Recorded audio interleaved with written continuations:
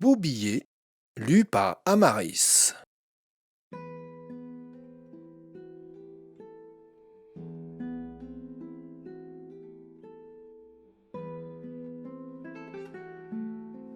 Quand on est prêteur sur gage échangeur, en Sicile de surcroît, on peut s'attendre à tout, au meilleur comme au pire.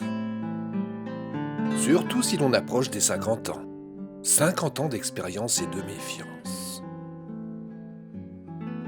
Pour l'instant, Don Pasquale Ferrandi somnole au fond de sa petite boutique de Syracuse.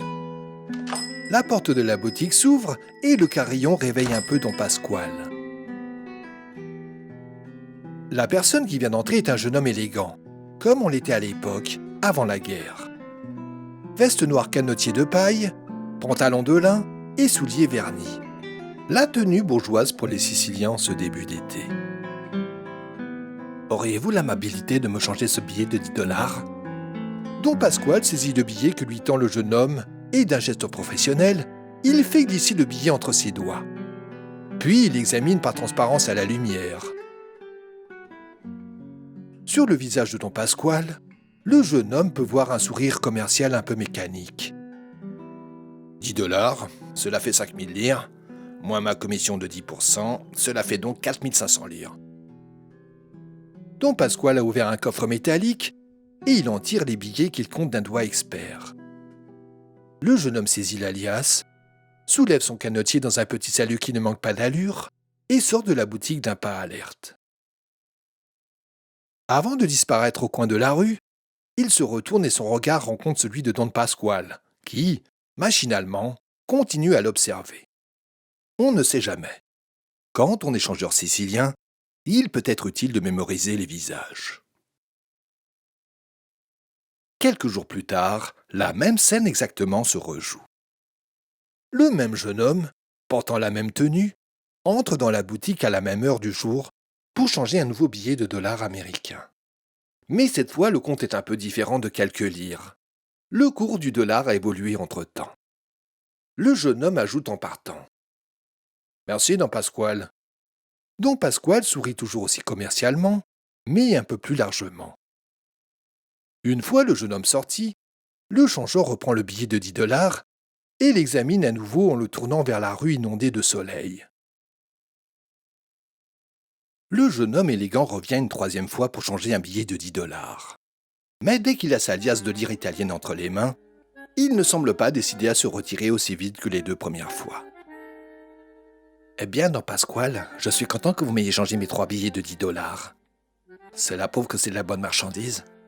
Pour qu'un changeur aussi expert et aussi prudent que vous n'ayez vu que du feu, il faut qu'il soit vraiment bien imité. Don Pasquale pâlit et reprend précipitamment dans son tiroir le billet de 10 dollars. Il se met à le scruter à l'aide d'une loupe. Le jeune homme n'a pas bougé d'un poil. Don Pasquale, sous l'effort, transpire un peu. « Alors, qu'est-ce que vous en dites ?» demande le jeune homme. « Bon travail, avouez-le. » « C'est stupéfiant. Et pourquoi exactement êtes-vous venu me voir ? » ?»« Est-ce que ce genre de dollars vous intéresse ? » ?»« Ça dépend. À quelles conditions ? » ?»« Je vous échangerai mes dollars contre les vôtres. 2000 de mes dollars contre 1000 des vôtres. » Don Pasquale réfléchit un instant. « Et quand ? Et où ? » ?»« Si ça vous intéresse, vous apportez 1000 dollars dimanche matin à 9h30. Je vous attendrai au buffet de la gare de Catane. Quand vous entrerez, si je suis en train de lire la Corriere della Sera, vous pourrez m'aborder. Si je ne lis pas et si le journal est porté sur la table, attendez sans vous manifester. » « Eh bien, d'accord. À dimanche matin, 9h30, au buffet de la gare de Catane. » Une fois de plus, le jeune homme soulève son canotier et sort de la boutique du changeur pour s'éloigner dans la rue ensoleillée. Le dimanche matin, de bonne heure, Don Pasquale, après avoir longuement pesé le pour et le contre, se décide à prendre le train de Catane. Dans une petite sacoche, il a rangé 1000 dollars de la meilleure origine, et il espère bien revenir dans la journée, après les avoir échangés contre 2000 de leurs 6 étranges petits frères, tellement bien imités que même lui ne parvient pas à faire la différence. Don Pasquale se prend à rêver. Après tout, ça pourrait faire une jolie boule de neige. Une fois rentré chez moi, je mets en circulation 1000 faux dollars, puis je garde les 1000 autres. Je recontacte mes fournisseurs, et la fois suivante, je leur achète à nouveau 2000 faux dollars que je leur paie avec leurs propres dollars de la première fois. Et ainsi de suite. Don Pasquale a pratiquement l'impression d'avoir redécouvert, sinon inventé, quelque chose qui ressemble assez au mouvement perpétuel. Arrivé en gare de Catane, il descend sur le quai et cherche du regard l'entrée du buffet.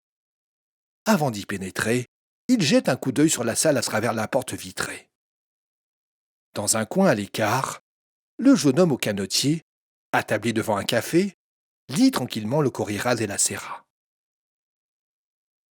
Don Pasquale, sa serviette à la main, s'approche de la table comme s'il allait demander « Cette place est-elle libre ?» Au dernier moment, le jeune homme au canotier lève les yeux et arbore un grand sourire.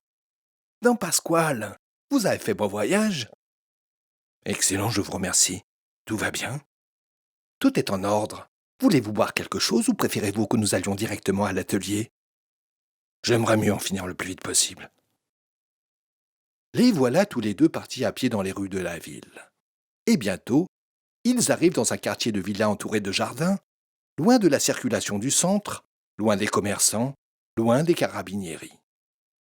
Un coup de sonnette, un portail qui s'ouvre sur un jardin planté de citronniers, d'orangers, de lauriers roses en fleurs. Un homme apparaît sur le seuil de la villa. Le jeune homme fait les présentations. Don Pasquale, Don Giovanni.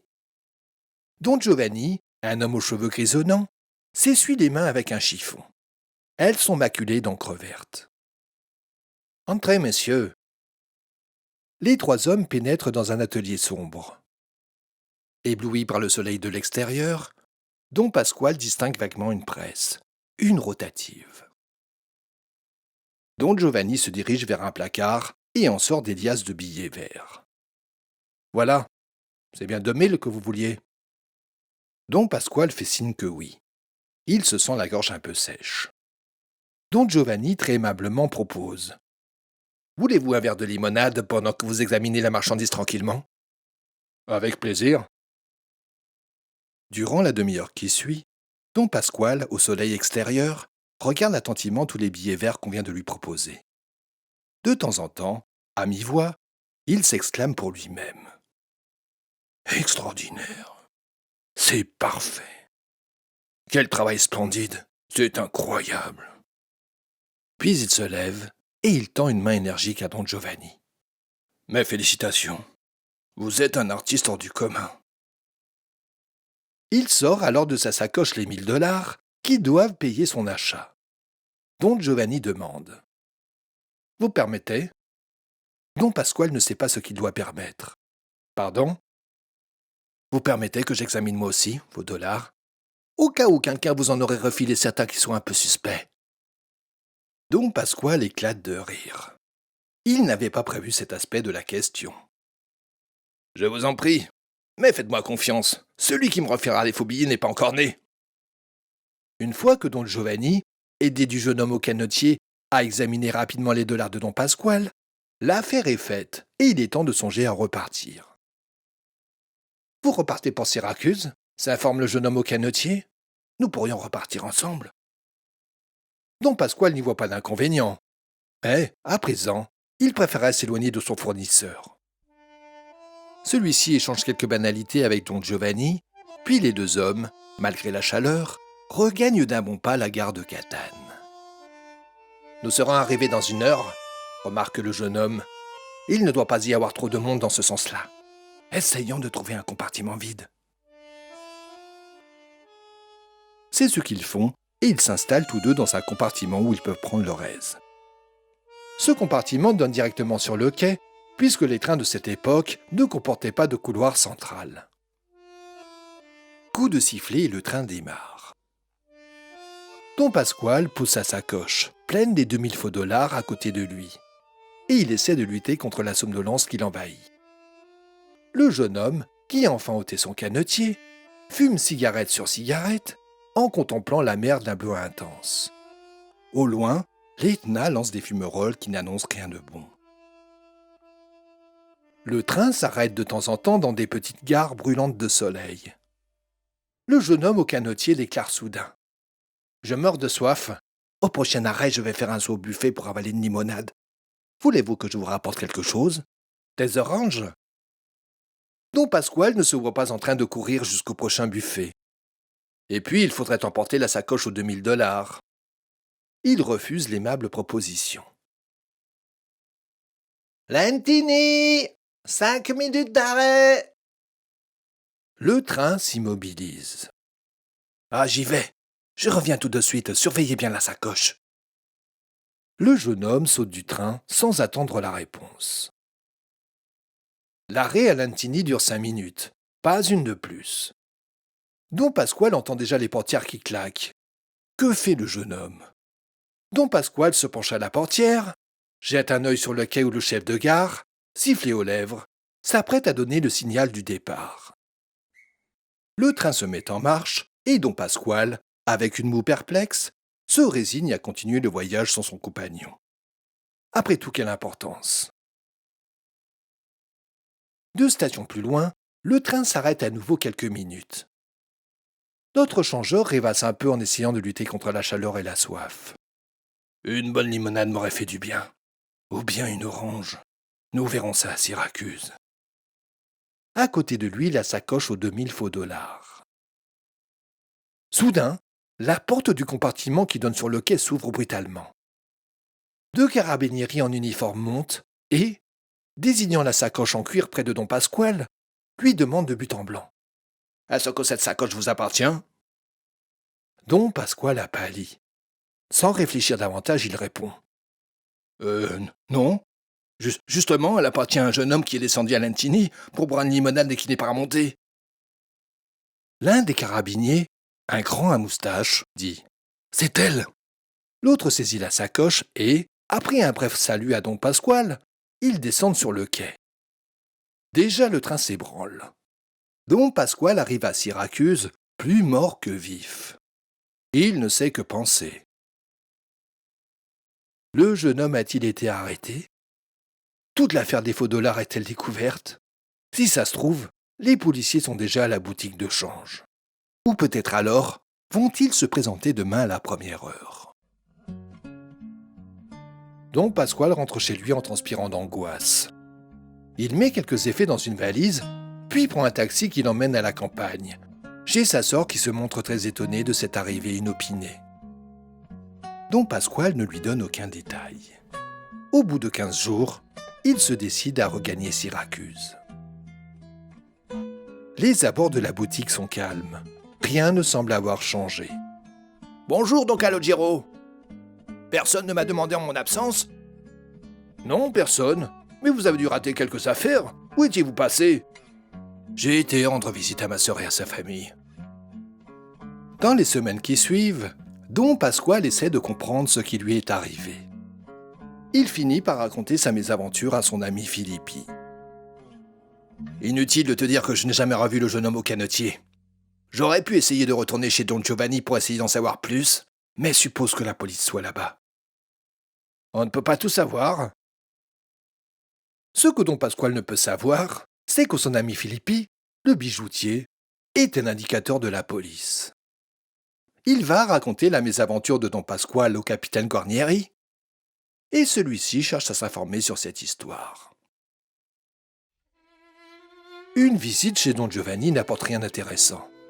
Don Giovanni est un honnête citoyen, et l'atelier de faux-monnayeur se révèle tout juste susceptible d'imprimer les affiches qui annoncent les fêtes de la paroisse. « Mais alors, qu'est-ce qui s'est passé en définitive ?» demande Filippi au capitaine. Le jeune homme au canotier a joué finement. Les dollars prétendument faux qu'il a changés à Don Pasquale étaient d'authentiques billets verts. Et les 2000 $, soi-disant fabriqués par Don Giovanni, étaient parfaitement authentiques eux aussi. Une fois descendu de la gare de Lentini, le jeune homme au canotier, un certain Luigi Serafini, s'est précipité chez les carabiniers pour leur dire, l'air affolé, qu'il avait oublié une sacoche contenant 2000 $, toutes les économies de sa tante, dans le train, en indiquant le compartiment. Il avait fait le pari que Don Pasquale, sous le coup de l'émotion, n'oserait pas dire que la sacoche était à lui. Pari gagné. Personne n'a porté plainte. Rien à reprocher à Serafini.